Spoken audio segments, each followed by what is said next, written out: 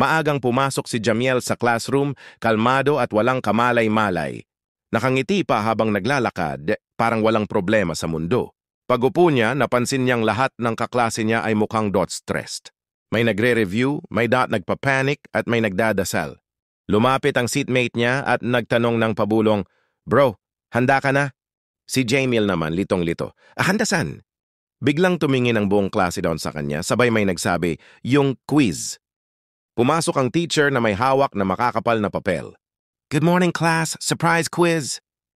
Habang nag-a-announce ang teacher, napansin ni Jamiel na lahat ng kaklase niya ay may reviewers. Tiningnan niya sila at bumulong, "Hindi ito surprise, betrayal to." Sa huli, kahit di nag-aral, pumasa pa rin si Jamiel dahil naalala niya yung isang random na linya na nabasa niya last week. Kahit pumasa si Jamiel, hindi ibig sabihin na lagi siyang suswertehin. Mas mainam pa rin ang consistent na pag-aaral.